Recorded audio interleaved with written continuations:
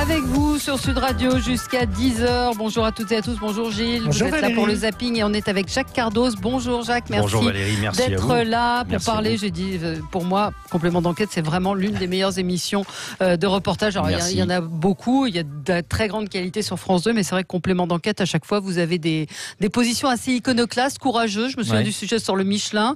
Et là, ce soir, c'est un document. C'est dans votre émission, il y a plusieurs reportages, dont un qui est consacré à la police des polices, l'IGPN, qui est l'objet de beaucoup de fantasmes. On l'entend ici quand on fait des débats. La police des polices protège les policiers.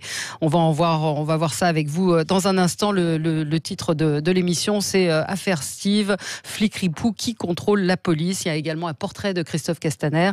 Et vous nous direz s'il est sur votre plateau ce soir, il sera avec vous ou pas ? Il est présent dans l'émission, mais il n'est pas dans les fauteuils rouges. Et puis à 10h30, un invité exceptionnel, le professeur Bruno Dubois, qui est l'un des plus grands spécialistes de la maladie d'Alzheimer et qui publie un livre absolument passionnant sur cette maladie, La vérité sur la maladie du siècle, chez Grasset, un livre à la fois inquiétant et puis porteur d'espoir, même si la recherche ne progresse pas beaucoup. 0826 300 300.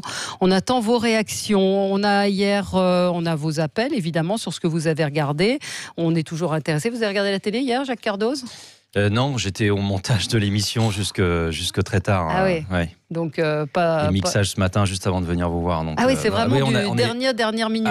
Oui, on cuisine vous rendez jusqu'au sur dernier moment. Le fil d'arrivée. Oui, il y a toujours des modifications, il y a toujours des choses qui nous plaisent pas, il y a du mixage, du montage, chacun passe, chacun donne son avis. C'est une œuvre collective, donc il faut que tout le monde soit content. Les audiences de Rémi Pernelet que vous retrouvez tous les matins à 9h20 chez Patrick Roger et Cécile de Ménibus à 9h20. Alors hier soir, c'est TF1 qui est arrivé en tête avec la série américaine Good Doctor, 4 516 000 téléspectateurs, 20,6% de part de marché, 150 000 téléspectateurs de plus que la semaine dernière, ouais, plutôt pas mal. Deuxième position, France 2, 3 444 000 téléspectateurs et 16,4% de part de marché pour Alex Hugo, la série qui cartonne toujours, même si c'était une rediff. Les inédits font en général le double. Il faudrait que France 2 mette un petit peu plus d'argent. Vous avez remarqué comme parfois les rediffs, ça marche presque plus que la première diffusion. Enfin, ça arrive, c'est pas une science exacte, mais ça arrive. Ouais, là, 3,5 millions, c'est déjà pas mal. M6, 2 314 000 téléspectateurs pour le meilleur pâtissier. C'est un bon score, c'est 300 000 de plus que la semaine dernière. Et puis le flop, c'est pour France 3 avec seulement 1 699 000 téléspectateurs et 8,6% de part de marché pour des racines et des ailes. C'est 250 000 téléspectateurs de moins que la semaine dernière et 1 million de moins que l'an dernier. Donc l'émission qui est un petit peu à la peine. Voilà. Et puis à signaler le bon score de C'est à vous qui a dépassé le million, qui est l'émission qui est en progression et qui a même battu Cyril Hanouna hier soir. Anne-Elisabeth Lemoine qui recevait Christelle Sebot qui a publié un livre sur sa fille Pauline qui est décédée d'une overdose de codéine. Un livre, un témoignage très puissant. Alors vos appels, qu'avez-vous regardé hier soir ? Magali est en ligne avec nous. Bonjour Magali. Bonjour tout le monde. Bonjour. Alors, vous avez regardé quoi, vous, Magali, hier ? Moi, j'ai regardé The Good Doctor. Vous êtes fan ? Cette série. Oui, j'adore cette série. J'adore les séries médicales, mais en plus, là, j'adore avec le petit côté où le médecin aussi est un petit peu lui-même atteint d'une petite maladie. J'adore. Oui, il est atteint du syndrome d'Asperger, donc ça donne un... Et donc, vous ne le loupez pas ? Vous le regardez toujours en direct ou vous êtes... Des fois, j'arrive tard, mais la plupart du temps, je le regarde en direct. Mais quand je le loupe, je le regarde en replay. Oui, bon, très bien. Mais donc, bonne série américaine. Vous êtes contente. On a un téléspectateur qui nous dit Complément d'enquête, excellente émission. Voilà, et Sandra, elle a la regardé en replay. Le temps est assassin. Vous savez, Valérie, qu'il y a même sur les Freebox et sur les box de Bouygues, maintenant, la chaîne TF1 et France 2 +1. C'est-à-dire quand il est 21h, vous pouvez regarder le 20h et à 22h, vous pouvez regarder Good Doctor. D'accord. Et on peut regarder le replay. On peut regarder aussi le replay. Et on peut regarder en avance mais désormais. France 2 a lancé +1 et TF1. Aline est en ligne avec nous. Aline, vous avez regardé Le meilleur pâtissier. Vous êtes une gourmande ? Oui. En plus, c'est vrai. Mais est-ce que vous faites les recettes après ? Est-ce que ça vous inspire ? En tout cas, j'essaye de faire des pâtisseries maison, mais bon, c'est pas toujours une grande réussite, mais je fais de mon mieux, en tout cas. Si, je suis sûre que c'est bien, non ? Et alors, qu'est-ce qui vous plaît dans l'émission ? J'aime bien le concept, moi j'aime bien les petits concours comme ça, à la télé, ça me détend, et puis c'est sans prise de tête, quoi. C'est sans prise de tête et ça détend. Bon, bah c'est ce qu'on demande souvent à la télévision aussi, quand on n'a pas forcément envie de se prendre la tête. Voilà. Après le travail. Miss Lout, elle a regardé aussi Good Doctor. Il y avait du monde devant Good Doctor. Hier, Jacques Cardoz, vous regardez quoi quand vous n'êtes pas en montage alors Non, je suis très gros consommateur de séries. Comme vous le savez, j'ai vécu longtemps à l'étranger. Vous avez été correspondant de France 2. Et donc, du coup, 2. j'ai raté des séries françaises. Donc, j'essaie de rattraper tout ça. Genre Le miel et les abeilles, Hélène et les garçons. Le bureau des légendes. Non, je me suis fait le bureau des légendes. Là, je suis dans la Casa des Papel. Je consomme de tout.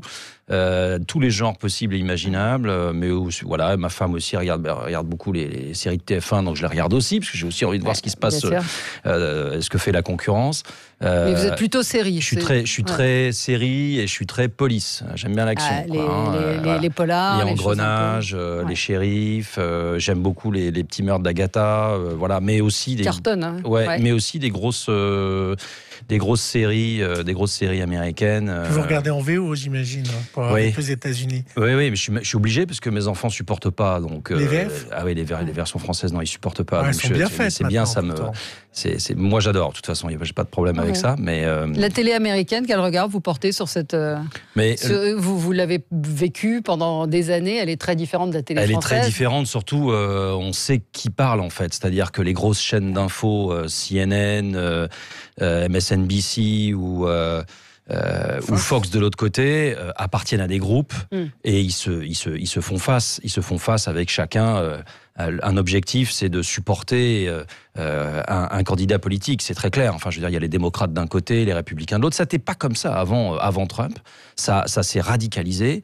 Là, l'info qui est sortie sur le recours en impeachment, enfin le possible recours en impeachment, il est sorti par Washington Post. Derrière le Washington Post, vous avez Jeff Bezos.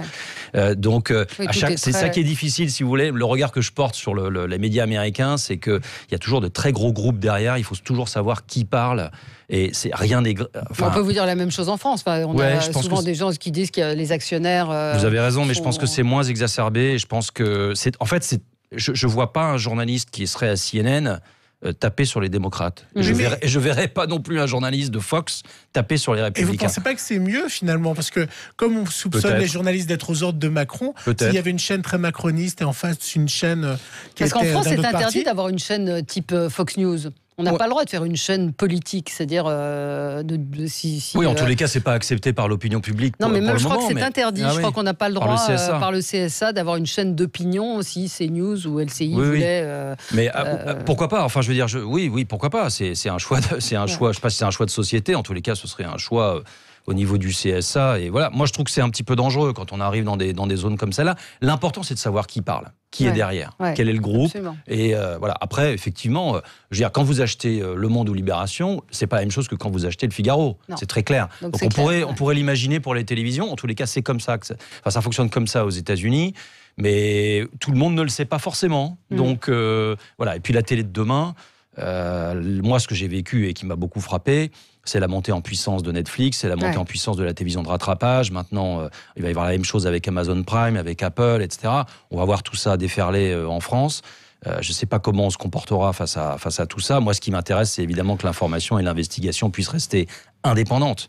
Je prends toujours cet exemple. L'année dernière, on a fait un 52 sur Carlos Ghosn.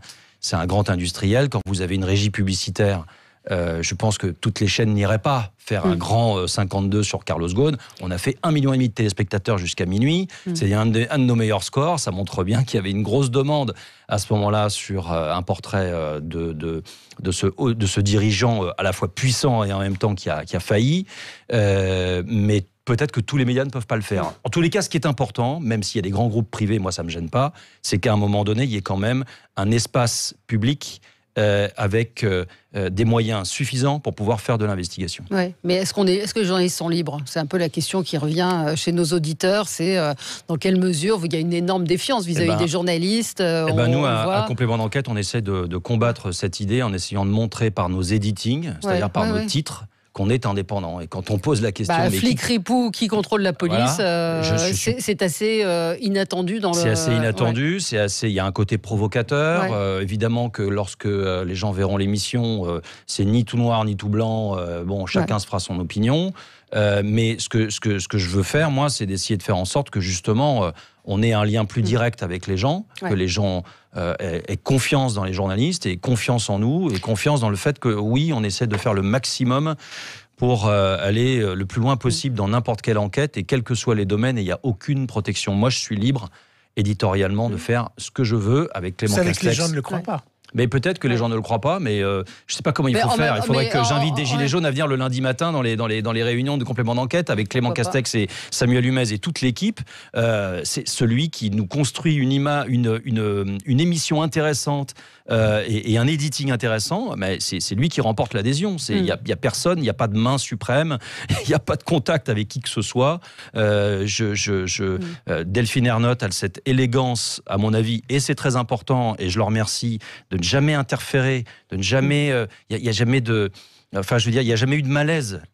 Et sous la direction de Yannick Le Tranchant. On fera une émission très précise où je vois les réactions de nos auditeurs.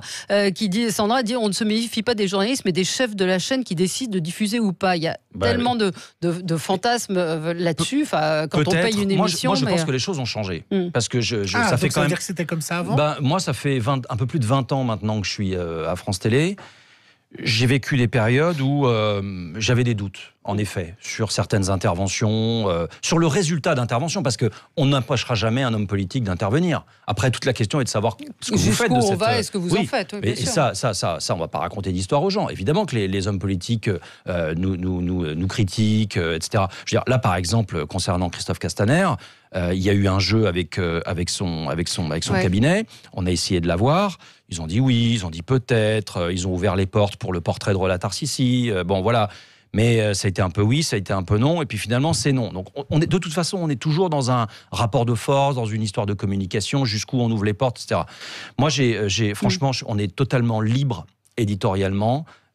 Personne n'intervient. Après, moi, je sollicite des entretiens avec mes supérieurs hiérarchiques, avec Elsa Margou, directrice des magazines, ou avec Yannick Le Tranchant, parce que j'ai envie d'échanger sur qu'est-ce qui attire les gens, qu'est-ce qu'on a besoin de faire, quels sont les editings intéressants. Et puis, en effet, on a un devoir dans le public, service public, c'est d'être au plus proche, au plus près de ce que veulent les gens. Dans le service public, il y a public. Alors, par exemple, ce soir, le reportage sur les bœufs carottes, donc l'IGPN, qui est l'objet de beaucoup de fantasmes. Comment vous avez pu travailler ? On a déjà commencé par... Ça a été difficile ça a été extrêmement difficile pour Louis Milano-Dupont, qui fait franchement une super enquête ce soir. Je la conseille. Vraiment. C'est vraiment du super boulot. C'est vraiment du super boulot. Je suis vraiment fier de tout ce qu'ils peuvent faire, ces reporters. Et il a commencé par essayer de contacter l'IGPN, qui a, dans un premier temps, plutôt laissé entendre qu'ils n'étaient pas contre, qu'ils allaient ouvrir leurs portes. Il y avait eu une interview qui avait été donnée par la patronne de l'IGPN, je crois, au Monde. Donc on s'était dit, tiens, il y a peut-être une petite ouverture. Et puis finalement, non. Ça s'est refermé. Nous, c'est très simple. On décide d'un editing à peu près 6 à 7 semaines avant la date. On ne change plus d'avis après. Donc on est dans un entonnoir. Moi, je ne peux pas me permettre. Faut arriver pour des questions, du sujet. Mais je vais même vous dire la vérité, pour des questions financières et des questions d'organisation, on ne change pas d'avis. On peut pas, c'est pas possible. Donc à partir du moment où on avance et où on se dit, nous, qui contrôle la police, comment on édite notre histoire, on va faire un portrait de Castaner, on va faire les bœufs carottes et on va revenir de façon très clinique sur l'affaire Steve. On décline, on peut faire en sorte qu'un des sujets soit un peu plus court, un peu plus long, on peut mettre un peu plus l'accent sur un sujet ou un autre, on peut changer l'ordre des sujets, mais on ne change pas d'avis. Donc à partir du moment où on a décidé, on avance. L'IGPN a fermé ses portes.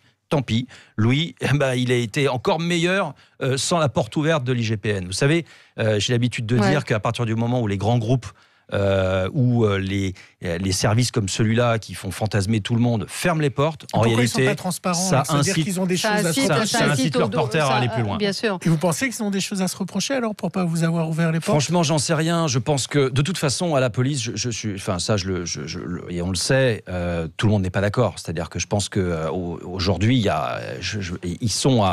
ils sont un petit peu entre deux, et l'affaire que raconte Louis Milano-Dupont à travers Néret Nieto, c'est un prisme qui nous permet de raconter. Vous revenez sur l'affaire Néret, ce flic de Lyon qui a été pour le coup qui est tombé et c'est Nieto. Donc on a le chasseur et le chassé dans le complément d'enquête ce soir. Et en fait, ce que je voulais raconter, c'est que par le prisme de cette histoire, on raconte deux visions de la police. Une ancienne vision qui est celle de Néret, où en effet c'est l'époque des enveloppes, c'est l'époque où on est un petit peu sur une ligne de crête, les indiques, et puis en fait on n'attrape pas des mouches sans vinaigre. Enfin, je veux dire, bon, c'est un peu cette culture-là. Et puis de l'autre côté, vous avez quelqu'un qui est plus informatique, qui est plus c'est la règle, qui est plus le nouveau, la police moderne. Et évidemment qu'au sein de la police aujourd'hui, il y a encore ce débat. C'est évident. Donc, pour répondre à votre question, je suis persuadé qu'il y a une bonne partie de la police qui avait envie d'ouvrir ses portes. Et il y en a d'autres qui le souhaitent pas. Vraiment, on va vous faire revenir pour un sujet sur les journalistes parce que c'est vraiment au cœur des interrogations. Je vois Claudine qui nous dit le problème, c'est surtout que les journalistes se mettent des barrières tout seuls. Il n'est pas bon pour leur carrière de dire ou de dénoncer certaines choses. Moi, je vais vous lire l'intitulé du reportage sur les bœufs carottes. Ces compléments d'enquête a mis les bœufs carottes sur le grill. Ils assurent être indépendants et beaucoup ont du mal à les croire. Comment la police peut-elle enquêter sur ses propres actions? L'IGPN reçoit-elle des consignes? Subit-elle des pressions? Ces questions, ce sont les questions que vous, auditeurs de Sud Radio, vous nous posez tous les jours. Donc France 2, Jacques Cardos, complément d'enquête, vous les posez cette question. Vous vous êtes pas dit, je ne vais pas poser parce que ça va déplaire au ministre de l'Intérieur, puis qu'après, je vais perdre mon boulot. Exactement. Vous êtes allé au bout, vous êtes allé dans ce reportage, vous êtes en train de dire que vous avez eu du mal, qu'on vous a fermé les portes. Donc vous dites les choses. Il faut arrêter de voir du complot partout et de fantasmer. Oui, après, je peux comprendre, je suis 100% d'accord avec vous, mais je pense que l'époque dans laquelle on vit est celle-là. Et je pense que ça n'a pas forcément été le cas ces 15-20 dernières années. Non, bien sûr. Et pas de façon...